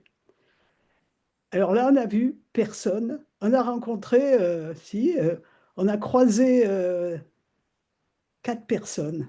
Un couple d'Italiens à moitié morts parce qu'ils avaient perdu leurs chaussures en passant un col, puisque le Chingola, il fallait passer à pied. C'était complètement dans la neige. Après, bon, on a croisé un peu après je crois que c'était un Autrichien qui était tout seul, mais lui était super bien équipé. Et en arrivant à Fouquetal, on a vu un fou qui courait, qui montait à Fouquetal. C'était Folmy, Hmm. qui s'entraînait pour passer l'aspirant guide. Mais on a traversé tout le Zanskar où là, il n'y avait personne, il n'y avait pas de route, aucun camion n'arrivait. Il y avait aucune vitre aux fenêtres. Enfin, c'était. Et donc, on a continué, on a rencontré, enfin, euh, c'était du côté, alors en allant sur le Ladakh, un homme à cheval avec un pied, enfin une jambe tout ensanglantée, qui était à 2 jours de cheval du premier dispensaire local qui s'était fait mordre par des chiens. Voilà, donc c'était un peu cet état-là. Aller, il n'y avait rien du tout. Voilà. Mais bon, marcher dans ces altitudes et dans ces déserts de pierre, enfin pour moi, ça a été très très marquant. Et j'ai continué après, pendant toutes mes vacances, à aller, enfin beaucoup. Je suis retourné au Ladakh, mais aussi beaucoup au Népal. Et j'avais entendu parler de la rivière gelée, mais s'était présentée comme comment ça s'appelle? Un exploit sportif. Et ça ne m'intéressait pas, cet aspect-là. Sauf que ben, un jour, des amis qui voulaient m'emmener en Afrique, moi j'avais pas trop envie d'aller en Afrique, mais qui me font envoyer un petit fascicule. C'était en 2013. Euh, et à la fin de ce petit fascicule, qui était très beau, de présentation de leur association de tourisme équitable d'ailleurs, eh ben, il y avait Rencontre au bout du monde à Dax-Anscar. En Et j'ai 2003, écrit, 2003 alors peut-être plutôt. comment? En 2003, pas en 2013 alors. En 2003, pardon, oui, oui, Hmm, bien sûr. hmm, Oui. Et donc, j'ai téléphoné, enfin, oui, c'est ça. Et bon, tu m'as répondu et tu as dit, non, j'ai écrit, j'ai envoyé un mail et tu m'as répondu. Moi, j'ai pensé que c'était une grosse équipe, enfin, grosse, plusieurs personnes. Et tu as dit, oui, oui, on va faire un voyage à l'automne. Et je t'ai appelé, j'ai dit, bah, je signe. J'avais jamais décidé un voyage aussi. Et bon, là, oui, je suis. Et depuis 2003, et ben, je vais tous les ans aux Oscars, sauf pendant le Covid. Ah, qu'est-ce qui s'est passé? Qu'est-ce qui s'est passé que tu ailles tous les ans aux Oscars? Ben, parce que j'ai retrouvé, bon, au Népal, j'aime beaucoup le Népal, etc. et tout, mais c'est les montagnes, l'aridité de la montagne, enfin, oui, c'est tout ce qui est vraiment très très pur, c'est les pierres, etc. Le silence extraordinaire, et, euh, et puis la rencontre avec les gens. Oui, Parce que t'es un on peu a ta beaucoup deuxième famille partagé. là-bas, hein. Comment? T'es un peu ta deuxième famille là-bas. Exactement. Puis Hmm. après, bon, quand j'ai pu faire un travail donc sur l'enseignement de la médecine traditionnelle, donc chez notre ami Sonam Wangchuk. Donc, bon, je suis restée 6 mois là et ça a été fantastique. Et là, ben, je continue à y aller. Je fais partie de et ça a été quelque chose d'extraordinaire après le Covid. Surtout la première année, quand je suis revenue, les gens, ils me sautaient pas au cou, mais c'était presque ça. C'était vraiment quelqu'un parce qu'il y a beaucoup moins de touristes qui viennent et ils se Hmm. sentent, il y a un certain aspect où ils se sentent un peu, comment dire, oubliés. Hmm. Parce que, bon, où les gens viennent, alors il y a beaucoup de motards hein, Hello, qui traversent le Zanskar et le Ladakh en j'ai moto. bientôt fini. Et puis, et puis finalement, ils font aussi beaucoup de... euh, euh, enfin, quand on a fait la Tchadar la première fois, ce qui m'avait beaucoup étonné par rapport aux échanges avec les gens, surtout avec les porteurs et les guides, enfin, j'avais beaucoup parlé à Tachi et à d'autres, ceux qui, ils avaient tous un très gros sentiment d'infériorité. Hmm. Hmm. Heureusement, ils l'ont perdu. Euh, enfin, le plus gros ressentiment qu'ils ont à l'heure actuelle, c'est qu'ils ne trouvent, il y en a beaucoup qui ont été faire des études à Jammu ou ailleurs, à Delhi, etc. Mais ils n'ont pas de travail aux Zanskar. Ils n'ont pas de poste et la plupart, beaucoup d'entre eux, finissent par être ben, chauffeurs de taxi, parce que ça Oui, rapporte. oui, oui. Hmm. Mais Ouais. aussi ce que dans dans les années les plus récentes, surtout après le Covid, ce qui est vraiment, enfin pour moi, très inquiétant, c'est le changement bah, d'abord les routes, mais d'une manière plus discrète. Il n'y a plus de chevaux parce qu'il n'y a plus de trekking. Oui, Donc oui, oui. Ils ont voilà, laissé les troupes. Mhm. les chevaux disparaissent. Mais ce qui est un peu plus inquiétant, c'est que enfin au moins la plaine de Zanskar autour de Padoue, hein, dans la grande, eh bien, il y a des tas de constructions qui sont faites, mais la première chose qui est construite, c'est un mur d'enceinte et une très grosse, enfin, un très gros portail en fer forgé qui ferme, qui close tout, qui ferme tout. Oui, Et la ça, perte de... Oui, c'est vraiment, je pense que d'ici une génération, ça va beaucoup changer la mentalité du pays. Voilà. comme partout, les mentalités évoluent, mais pas toujours. Il n'y a pas que du négatif, hein. Moi, j'aime bien aussi voir tout ce qu'il y a peut y avoir de positif dans les choses. D'ailleurs, je préfère voir d'ailleurs ce qu'il y a positif plutôt que de voir seulement le négatif. Mais ce que tu dis est vrai. Les mentalités changent. Là-bas, en plus, ils étaient tellement, entre guillemets, purs. Oui, Quand on les a trouvés quand on les trouvait il y a 25 ans, que bah, la modernité, c'est arrivé comme une tempête. Et on a vu ça avec les télécommunications, hein. Il y a 25 ans, 26 ans, pour organiser un groupe, il y avait un aller-retour de courrier. Mais le courrier mettait 5 mois pour partir, puis 4 mois pour revenir. Voilà, c'était comme ça. Et quand on arrivait sur place, c'était toujours la surprise. Est-ce qu'ils vont être là pour nous accueillir? Et finalement, ils étaient là. Mais maintenant, c'est un coup de téléphone, un coup de portable, et puis voilà, il y a tout qui évolue, mais ça a oui, aussi heureusement des choses positives là-dedans.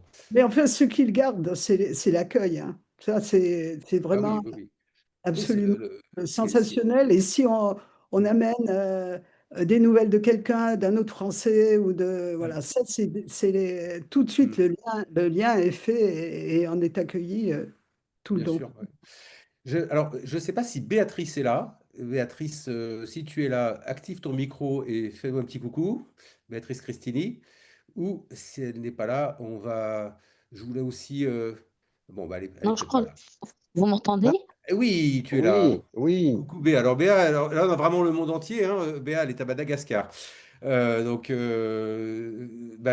bonsoir. Bonsoir pour toi aussi, Béa. Euh, Merci aussi d'être avec nous. Je sais que c'était pas évident au niveau des connexions. Alors, bon, tu peux aussi nous parler de ton histoire avec le Zanskar.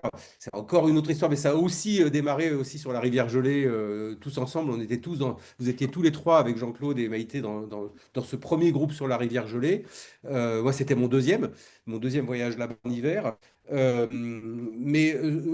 À part ça, mais tu vas nous dire hein, évidemment ce que tu veux, mais je voulais aussi que tu nous parles peut-être de ce que toi, qui as aussi accompagné des voyages là-bas, des gens de rencontres au bout du monde en séjour villageois, comment tu as vécu l'adaptation des Occidentaux aux conditions non seulement géographiques, climatiques, altitude, etc., mais à la rencontre justement, à la différence, à la découverte d'une telle différence.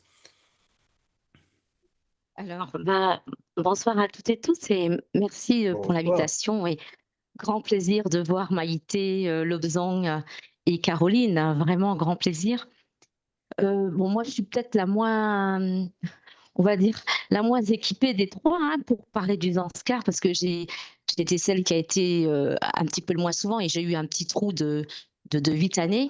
Mais pour répondre à ta question, je rejoindrai peut-être les propos de Caroline. Je crois que les gens qui viennent encore avec nous au Zanskar, et j'en ai accompagné en 2023, ils arrivent dans ce Zanskar que nous, on a connu depuis 20 ans et qu'on a donc vu évoluer. Mais les personnes qui arrivent en 2023 ou en 2024 prennent le Zanskar comme ils le découvrent à ce moment-là. Et de fait, je trouve que finalement, peu de choses changent puisque notre objectif à Rencontre au bout du monde, c'est bien la rencontre. Et je trouve que c'est ce qu'on arrive de faire de mieux dans notre association, mais aussi parce qu'il y a le peuple Ladaki et les Anskarpas avec nous. Et l'environnement change, mais moi, j'ai encore tendance à penser, bien que j'entends Maïté, hein, ce que tu dis, que les mentalités commencent à changer, mais je trouve encore que l'accueil des Ouais, Anskarpas je suis est d'accord. toujours là. Et la preuve en est que je vous ai dit que j'ai eu pendant 9 ans, j'ai pas pu retourner aux Anscars. Et quand j'y suis retournée, eh bien, les amis m'ont accueilli comme si j'avais quitté le Zanskar le jour d'avant. Et j'en ai été retournée tout émue. Ils se souvenaient vraiment de mon prénom, ils se souvenaient de tout ce qu'on avait vécu ensemble. Et moi, ça m'a marqué, ça me marquera toujours, quoi. Donc Hmm. voilà, pour être courte, ce que j'ai envie de dire, parce que sinon je Super, oui. répéterai tout ce que Oui, tout le oui. monde a dit. Et Ouais, oui, c'est oui. un pays merveilleux, c'est des gens merveilleux. Et On est unanime, hein. On est unanime, oui, ça c'est sûr. Ouais. Euh, alors, parce que le temps passe, je voulais savoir s'il y avait peut-être des questions que les unes, et notamment ceux qui sont jamais allés aux Oscars ou celles qui sont jamais allées aux Oscars, auraient envie de poser à nos différents témoins ou à Caroline. Vous pouvez prendre la parole, il faut juste activer votre micro. J'en profite au passage pour saluer Daniel Schnebelen aussi, que je vois dans un coin de mon écran. Coucou Daniel, qui a elle aussi accompagné Oscar en hiver, qui était avec moi en 2001. Quand on a été la première fois où j'y suis allé sur la rivière Gelée, elle était dans notre petit groupe. J'espère que tu vas bien, Daniel, d'ailleurs. Je sais pas, Très tu as envie de bien, dire un mot? Vas-y, je t'en prie. très bien. Oui, enfin pour moi, ça a été extraordinaire, hein. Déjà de partir. Vous m'entendez? Très bien. Bon, de partir en repérage avec vous, c'était un peu un rêve que j'avais depuis des années parce que j'avais vu ce fameux film sur FR3. Oui, ça a été un moment très très fort. On était quatre et j'ai accompagné la première Tchadar en 2003. On était, on était cinq, je crois, cinq ou six avec moi. Oui, sans doute. Et après, en été, j'ai découvert le Zanskar d'une autre façon, la voie d'école, et puis en 2006, la grande traversée. Donc oui, ça a été des moments très forts, des retrouvailles avec les habitants, avec les gens, avec des familles, avec des enfants, avec des porteurs, avec des guides, enfin voilà, c'est ça, ce sont toutes ces rencontres. Évidemment, avec les petits moments, les petites balades que j'ai pu faire avec Sonam Wangchuk, qui me montrait des plantes. Voilà. Oui, super. Bah, oui, on sent là, au travers de tous ces témoignages, justement, ce côté historique hein, pour Rencontre au bout du monde. Hein, on fait Je suis toutes contente de ces, revoir Maïté, oui, d'ailleurs. Aussi. voilà, toutes ces personnes Puisque- se connaissent plus ou moins. Il y a Béatrice aussi qui te fait coucou. Et voilà, c'est vrai que pour nous, il y a beaucoup d'émotions hein, dans le Zanskar. Ça nous renvoie à plein de choses parce que parce que c'est notre histoire commune. Et là, bon, vous êtes plusieurs à avoir participé, et à être toujours avec nous hein, depuis 25 ans, toujours membre de l'association, toujours proche, toujours là quand on a besoin de vous. Voilà, c'est vraiment formidable. Et c'est ce que je dis, hein, ça fait partie de notre histoire. C'est pas le cas d'autres destinations qui sont plus récentes. Alors, j'ai vu qu'il y avait une question, je ne sais pas si je peux l'ouvrir. Est-il possible d'observer notre galaxie dans le ciel depuis le Zanskar? Bah, alors, le Oui. ciel aux Zanskar, alors si vous y allez en août quand il y a les étoiles filantes, Mm. c'est complètement incroyable. Quelqu'un veut répondre sur le ciel du Zanskar? Une connaisseuse ou un connaisseur? Eh Ben, ben, moi, Eh bien, Jean-Claude, vas-y, tu es le premier à avoir parlé. non, non, le ciel du Oscar, ben, le ciel, notre galaxie, donc la Voie lactée, je l'ai découverte finalement à Karcha. Hein. Je Mhm. l'ai découverte en été 2005 ou 2006, je ne me souviens plus de l'année, mais c'est fabuleux. Quelque Oui, chose qu'on ne voit pas en France, en fait. Parce que, sauf peut-être dans une montagne isolée ou dans une campagne isolée, mais il y a un ciel pur à cette époque encore, donc en 2005-2006, où on découvre vraiment la galaxie et c'est superbe. oui, Ça donne, moi je me rappelle, avec un jeune moine, on était couché sur un toit, sur les toits plats, donc du village de Karcha, là où je vis, du village de Karcha, et on admirait ce balai des toits, et c'est fabuleux, vraiment oui, fabuleux. oui, Euh, oui, oui. voilà. Et quand il y a la pleine lune, comme c'était le cas hier, là, enfin, ces jours-ci, Hier, oui, cette oui, fameuse lune, voilà, grosse bah lune, oui, puisque c'était la grande foire, l'apothéose de la foire de Pushkar au Rajasthan hier. c'est ça. Ouais. Là, on peut lire sans lumière, tellement c'est lumineux avec la Lune. Hein. Exactement. Voilà. Exactement. Et, Mais pour en revenir à la galaxie, pour la réponse à la personne qui t'a posé une question, là, c'est fabuleux, quoi. Voilà. Pour moi, alors, c'était une découverte aussi, en plus oui, vas-y, vas-y. par rapport à la découverte des habitants, comme on disait tout à l'heure, hein, l'accueil, parce que moi, je vais depuis maintenant donc 23, je sais plus, 23 ans, oui, et toujours ce même accueil, comme disait Béatrice, on te reconnaît, on t'accueille. Moi, je suis accueilli, je vis à une partie au monastère de Karcha ou au village de Karcha dans une famille. Mais c'est des trucs qu'on ne trouve pas en France, hein. Je ne vais pas dire en Occident, mais en France, quoi. Mhm, Un style de vie qu'on ne trouve pas chez nous et mhm, qui redonne du moral et qui redonne enfin, de plein de choses, en fait. tout à fait. Donc, pour ceux qui connaissent un peu les histoires des étoiles et des galaxies, allez faire un tour dans les villages du Zanskar et allongez-vous sur un toit plat. Mhm, euh, mhm, mhm. Une nuit claire. je Oui, voulais dire quelque chose, je peux ajouter quelque chose? vas-y, bien sûr. Ton observation, Jean-Claude, enfin l'Obsang, c'est des observations que tu as faites quand il n'y avait pas l'électricité. Là, il faut sortir du village quand même, parce qu'à Karcha, il y a tellement de Ah lampes oui? que tu Ah, verras ça, je rien. sais pas, Non. ça, oui. Ou en bivouac, quand on est en trek, En hein, là, bivouac. Ah ben voilà, là, ben on est moi, dans le noir. Hein. en Il y a trek, c'est encore mieux, hein. oui. Oui, Moi, c'est vrai qu'en oui, il y a quelqu'un qui, 2005-2006, il il y y a avait quelqu'un très qui a peu de posé lumière. oui, pardon, excuse-moi Jean-Claude, il y a quelqu'un qui pose une Non, non, question vas-y, vas-y. quelle est la meilleure période pour y aller? Alors, quelle est la période pour y aller? Alors c'est simple, soit c'est janvier-février, plein hiver, -30, Ouais. soit c'est juin, juillet, août, septembre. Nous, c'est ce qu'on propose, hein, on propose des départs. Septembre, une belle période en septembre, hein. Oui, parce que, Septembre, donc parce déjà que des belles couleurs. Et puis oui, la rivière, les la- rivières, donc la Tsarap et l'Oda, je crois, qui oui, arrive à Karcha pour faire la rivière Zanska, qui oui. commence à geler sur les côtés. Et c'est très Mhm. beau, là, quand il y a une belle journée bien ensoleillée. Pour moi, le mois de septembre est superbe. Et Oui, les puis il y a champs, les, bien sûr, il y a les les champs moissons, de les moissons, enfin jasmine, et puis les Mhm. moissons, voilà. Mhm. Pour moi, septembre est superbe. Oui, L'été, Stanzin disait, Patrick? vas-y, Stanzin, qu'est-ce que tu en penses, toi? Ah, je dois vous quitter. Ah non, ah non, c'est Armel qui nous dit, je dois vous quitter pour Patrick, est-ce ce. que tu m'entends?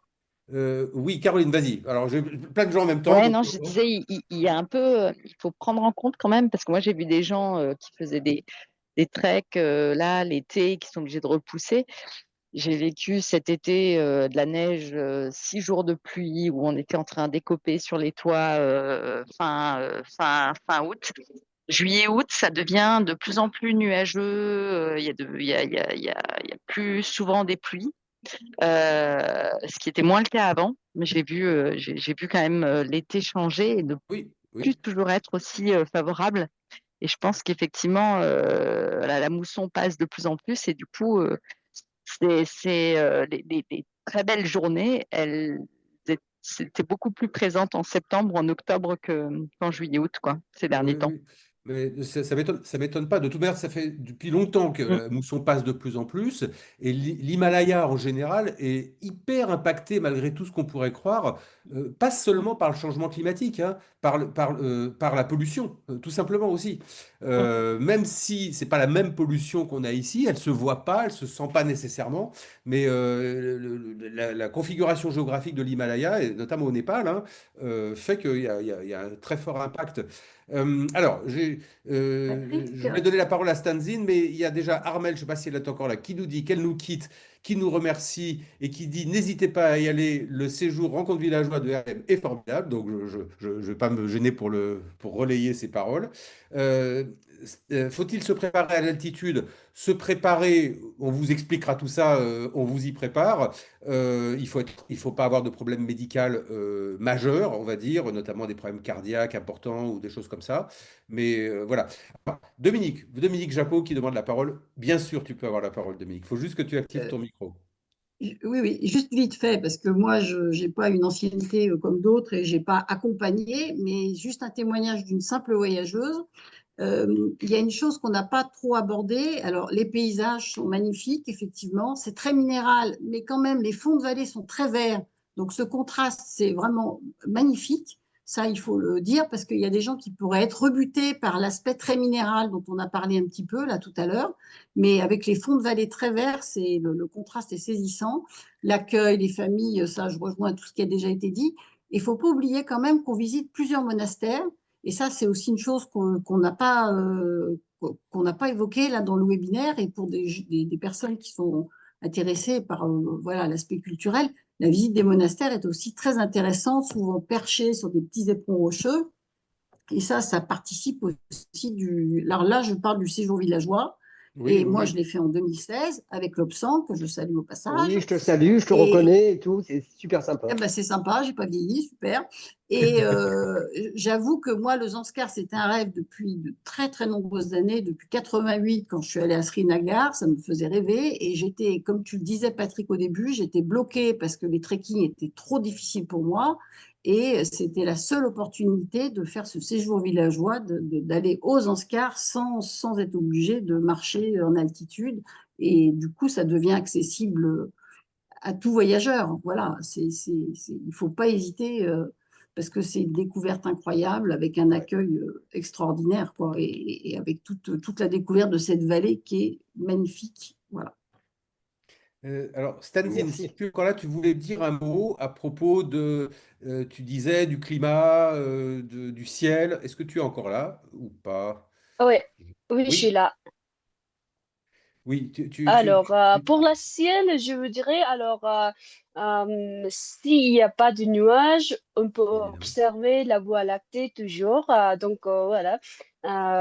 Il n'y a pas trop de pollution là-bas, donc on peut voir ou observer beaucoup des étoiles.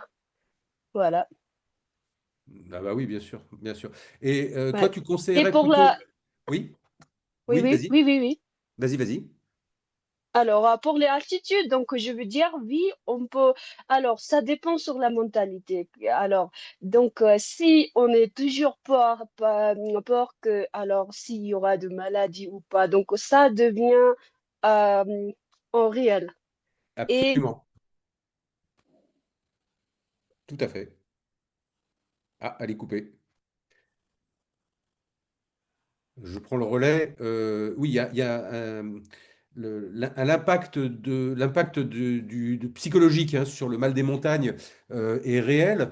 Et c'est pour ça qu'il faut se préparer, il faut se déstresser, faut être tranquille par rapport à soi. On a peu de problèmes. Il y a des problèmes liés à l'altitude, mais on est très vigilant là-dessus. Finalement, on a rarement eu. Tout le monde ressent les effets d'altitude, hein, y compris les Ladakhi quand ils passent du temps au niveau de la mer, hein, quand ils rentrent chez eux, ils ont le même phénomène. On ne peut pas s'y habituer totalement, mais on prend des précautions. Et puis finalement, quand on est habitué, on se rend compte que ça passe. On va avoir mal à la tête éventuellement, très mal à la tête même à un moment donné, au début, et puis ça passe. Voilà. D'autres questions, si vous avez envie, ou des témoignages, voilà. Alex aimerait dire un mot aussi. Alex. Alors, Alex, je ne sais pas qui est Alex, peut-être que je vais reconnaître, comme ça, je ne la vois pas, mais il faut activer votre micro. Je ne vois pas d'Alex.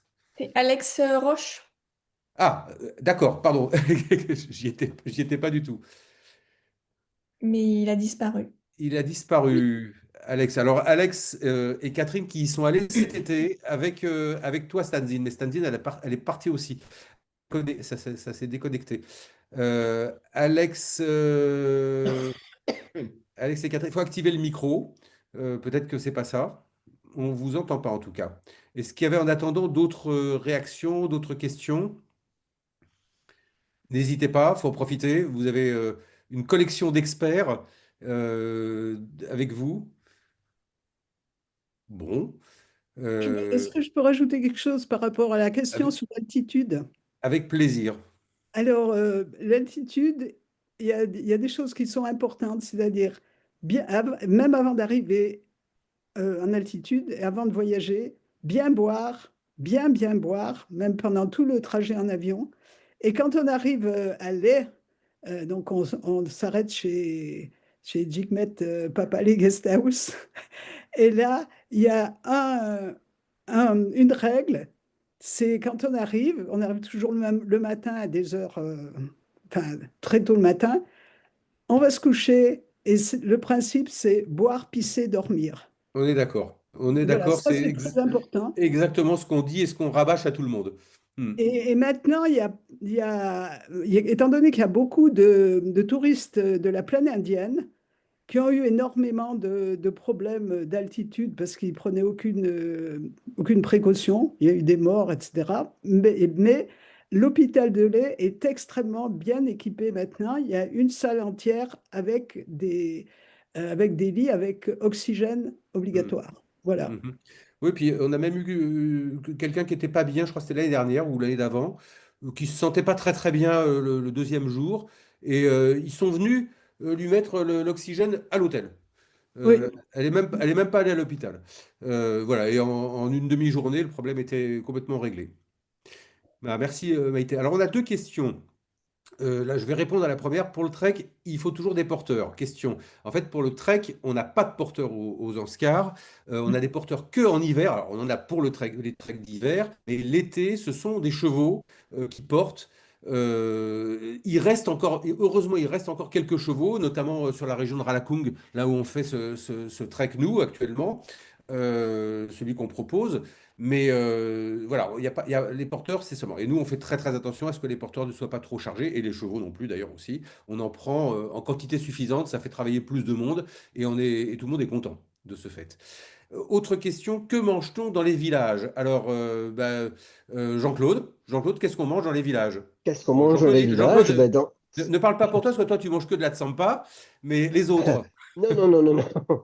Je mange de la tsampa, effectivement, oui, que j'apprécie pas mal maintenant.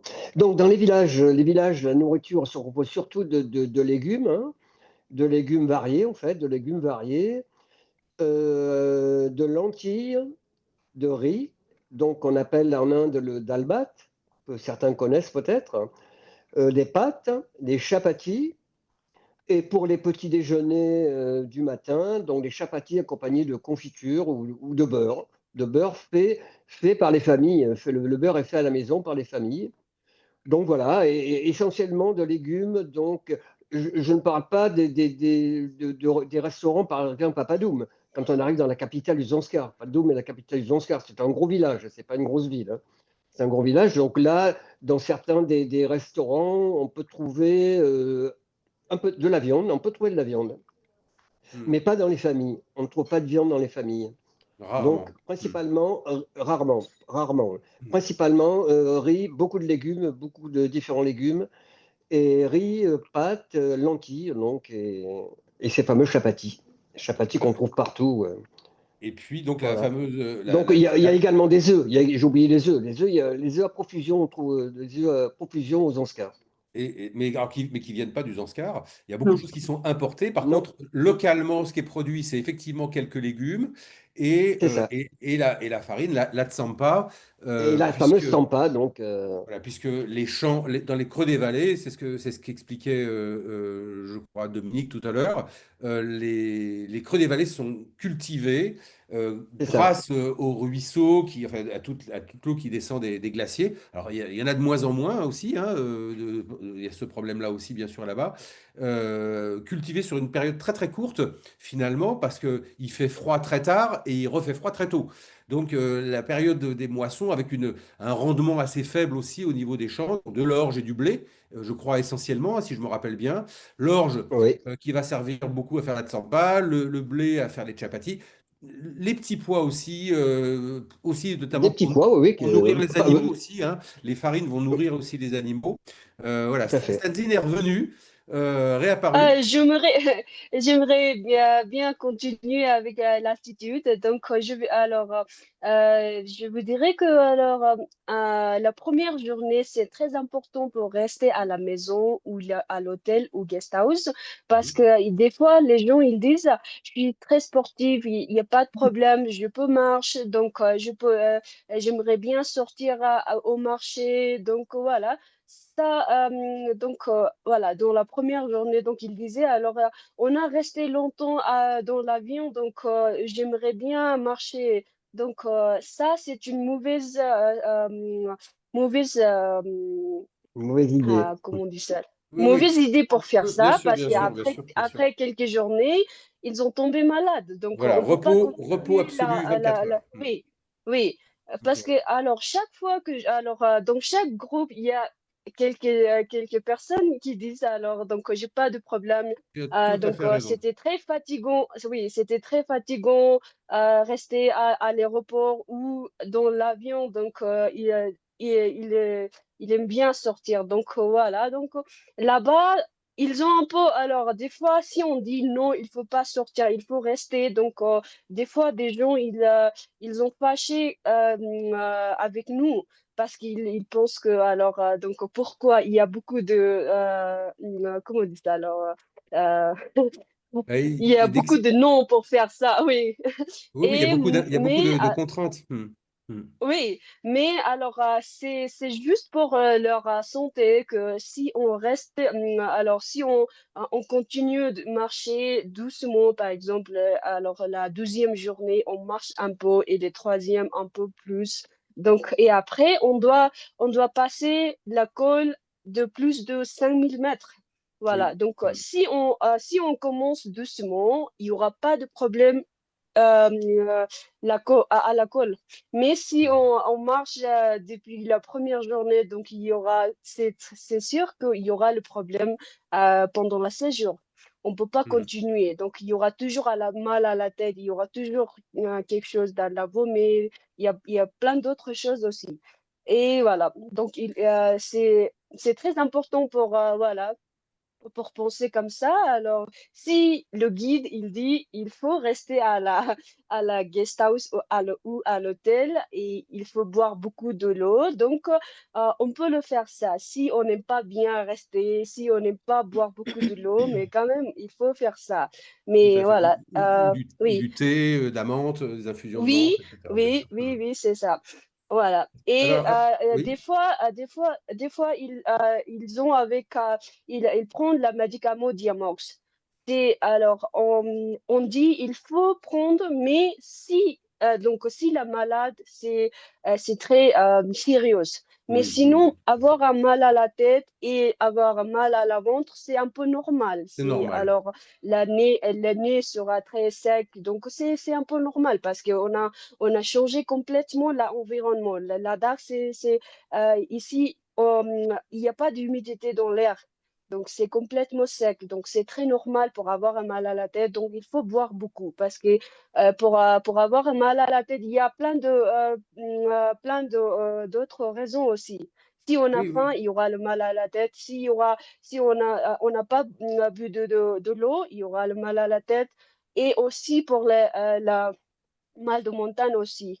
Donc, avant de prendre la diamorce, il faut attendre, il faut boire beaucoup de l'eau, il faut rester tranquillement. Et si ça marche pas très bien, et après, on peut voir pour avoir Mhm. pour prendre la diamorce. Oui, c'est ça.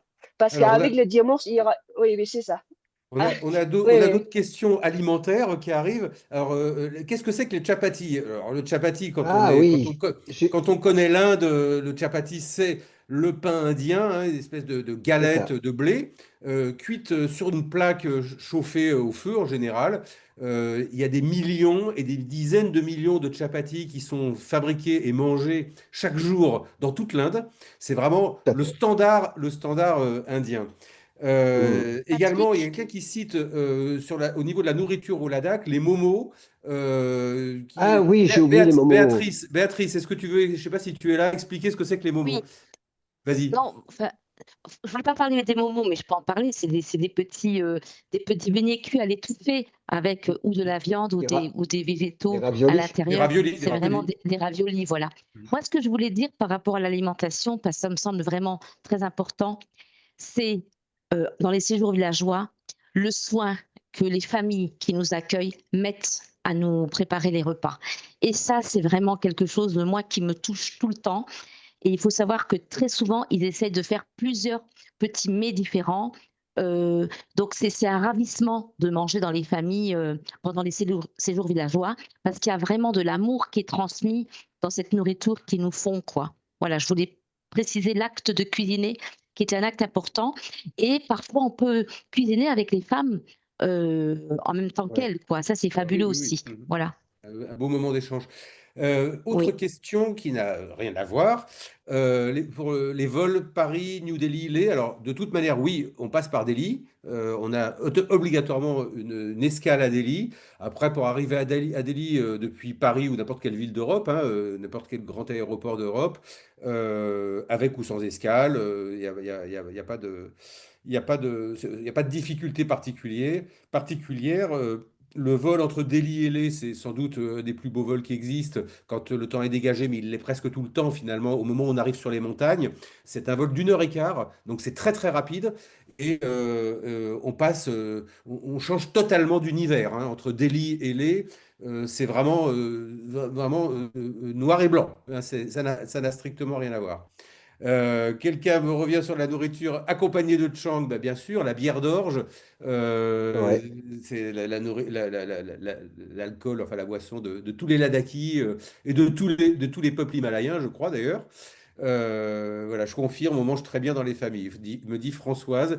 Je ne sais pas quelle Françoise, mais il y a une Françoise qui nous dit ça. Voilà. Françoise Euh, de Jacqueline, peut-être? je sais pas. Je suis allé au Ladakh il y a 4 ans. Je confirme que les paysages sont grandioses avec arrivée au lac Tsumoriri. Donc ça, c'est la partie est. Euh, après passage du dernier col, j'imagine, sous la neige. Absolument fabuleux. Françoise, c'est Françoise Coste-Charrière. Bon, je ne savais même pas qu'elle était là. Bon, ben, bonsoir Françoise, une de nos administratrices. Est-ce qu'il y a du réseau? Ah, bah oui, maintenant il y a du réseau presque partout. Ça fait partie des choses qui ont beaucoup, beaucoup changé. Voilà. Est-ce que quelqu'un veut encore prendre la parole? Parce que c'est vraiment un plaisir de vous entendre, mais je vois qu'il est quand même 21 heures, donc il est 1 h 30 du matin à Leh, enfin au Ladakh, donc que Stanzin commence à être fatigué. En tout cas, je vous remercie déjà toutes et tous d'avoir été là. Je pense que Caroline, elle est peut-être partie prendre son avion. Est-ce que quelqu'un a envie de prendre la parole ou de poser des questions encore? Sinon, on va en rester là et se quitter, sachant on est toujours là pour vous répondre hein, quand vous nous contactez. Il y a tous les détails de nos séjours sur le site web. On peut vous renseigner évidemment. Il y a mes collègues qui sont Canel, qui est là encore aussi ce soir, que je remercie parce elle assure toute la régie images et vidéos ce soir. Voilà, les programmes de 2026, ils vont être mis en ligne dans le courant de ce mois de novembre. Hein. Ils n'y sont pas encore, mais enfin, les circuits sont décrits, mais il n'y a pas encore les dates de départ, les tarifs, etc. Voilà, bon. Alors, y a-t-il des questions ou des interventions? Apparemment pas.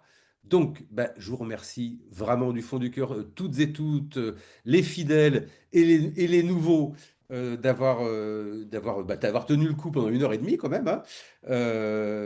Merci à vous aussi, monsieur ou madame, Lolek. Donc, merci à Lolek. Moi, je vous donne rendez-vous le 4 décembre à midi. Ce sera à midi cette fois-ci parce que avec le décalage horaire, plus on va loin en Asie, plus il faut s'y prendre tôt. Et donc, on va avoir le 4 décembre à midi, le prochain webinaire, ce sera sur la Mongolie. Je crois qu'il y a 5 ou 6 heures d'écart maintenant, de décalage horaire, je crois 6 heures, peut-être même plus. Donc, si on veut avoir une chance que notre partenaire Woolsey soit présente, on est obligé de le faire à la mi-journée. Et donc, le 4, ça sera jeudi 4 décembre. Et le 11 décembre, également à midi, on sera en direct du Kyrgyzstan, une autre destination emblématique de Rencontre au bout du monde, puisque c'était la deuxième hein, depuis 2003. Donc, si ça vous intéresse, évidemment, vous nous écrivez dès maintenant pour vous inscrire. On vous enverra toutes les infos. Encore merci à tout le monde. Et je vais dire un grand Djulé à tous les Joulet à tous. Stanzine, merci d'avoir été là. Hop, je vois qu'elle vient de disparaître. Ah non, elle est là encore, Stanzine. Djulé, Stanzine, à bientôt. Et merci de ton accompagnement cet été. Je crois que les gens étaient vraiment ravis d'être avec toi. Certaines et certains, je pense, étaient là ce soir. Et puis, merci à toute l'équipe de Rencontre au bout du monde, en tout cas. Et bonne Merci à soirée. tous. Julie Patrick et Julie à Joulet, tous. Joulet. Alors, bonsoir. Oui, bonsoir Bonsoir. et Bonsoir. bonne. Et bonne nuit. Bonne nuit, repose-toi bien. Bonsoir. Bonsoir, merci.